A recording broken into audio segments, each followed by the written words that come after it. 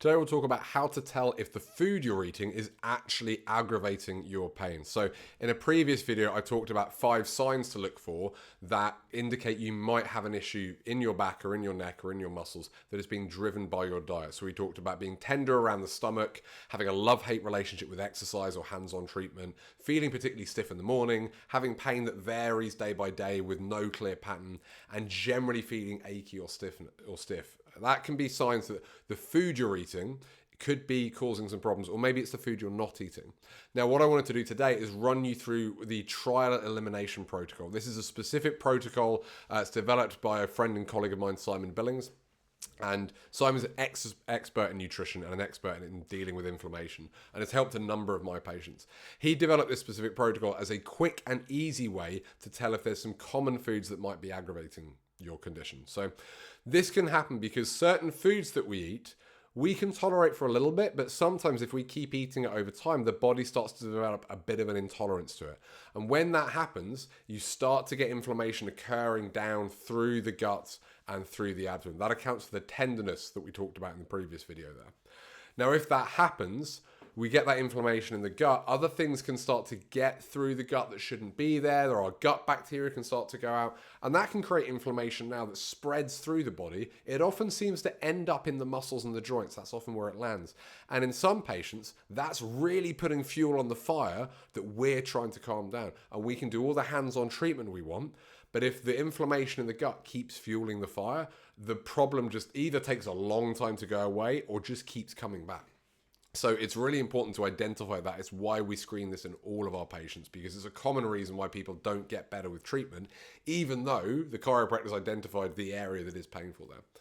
So the trial elimination diet is essentially an easy way to see and work out if certain foods are triggering you. Now, Simon's whole approach to nutrition, what I really like about him is that he goes for low-hanging fruit. He says, let's go for easy things first of all, things that are likely to make a big difference, that are common problems that we can test quickly. Certain things like glucosamine and omega-3 oils, those can be helpful for some people, but they can take 3 or 4 months to really feel the benefit.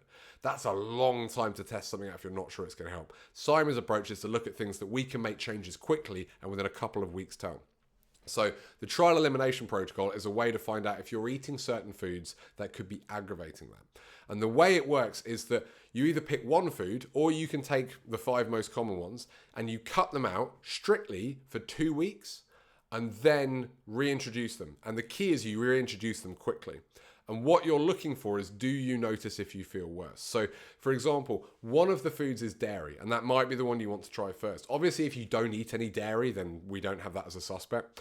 But let's say you eat dairy, and you've had that your whole life. It's never really caused you any problems. But now you've got this back pain that just won't go away. You're feeling tender around the stomach, and you're starting to think maybe there's some inflammation at play there. Now, if you've been eating dairy and it turns out that has been inflaming things and you don't really know because you've got used to the symptoms there, and often people don't realize what normal is after a while, is to go from where you are right now to where you'll be with none in your system takes 6 weeks. Now, in my experience, that is a long time for me to ask patients to try something out as a test. If you're going to see a nutritionist, you're probably on board with longer term lifestyle change. But for me, my patients, they weren't expecting me to talk about diet when they come in the first place. So 6 weeks is a long time. That's a big ask. Most of my patients, frankly, aren't in a place where they're ready to do that. So rather than go 6 weeks and see if you definitely feel better by then, what you do is you do it for 2 weeks. Now that's enough to cause a dip. Now some patients will tell me, I already feel better. Sometimes 2 weeks is all they need to realize it's making a difference. But sometimes they don't notice that difference there, particularly if they've been disconnected with their body, if with all the pain and things, they're not used to feeling and seeing how things are going. They may not notice that dip. That's why the 2 week ends with a sudden challenge, So after 2 weeks, you suddenly reintroduce that food, and a lot. So if you're doing dairy, you want to drink a glass of milk and have some cheese and have some butter. Go to town on the dairy. And what you're looking for is a sudden spike. You're looking for a sudden increase. You go, oh, now I do feel worse. So the 3 things you tend to notice where you feel worse is, first of all, usually within a few hours, like 2 or 3 hours at most, you get stomach symptoms. You start to notice you're bloating, you're uncomfortable, you're feeling like just things aren't great in terms of your stomach there. That can happen sometimes within an hour or 2. 4 or 5 hours later, if it is affecting the brain, it will start to cause things like brain fog, irritability, mood swings, tiredness. That can be a sign of it as well.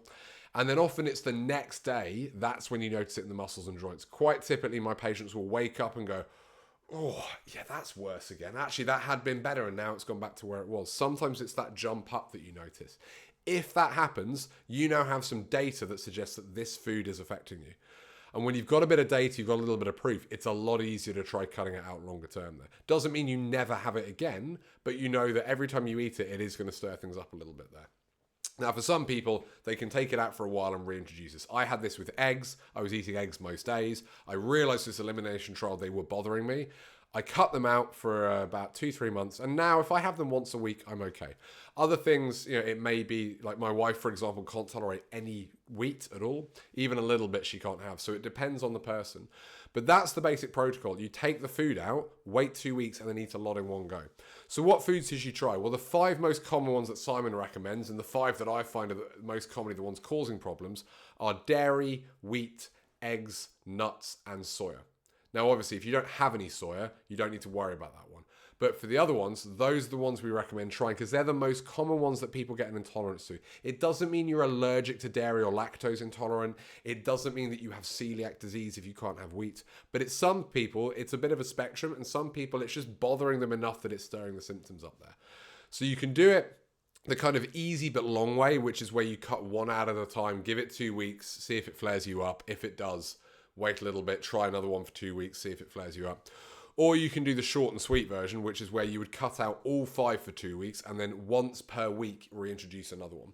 So that one's a little bit tougher in doing more in one go, but some people go, if I'm going to do it, I'd rather do it all. Just make sure you give it a week between reintroducing them. If you do them too quickly, then you can't really tell as easily what is causing what.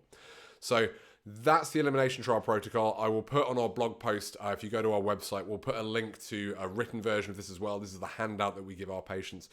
Last note for this, don't rush into it. If you do think you want to give this a try, do not start it today. What you want to do is look at that list and go, okay, which of these things do I eat?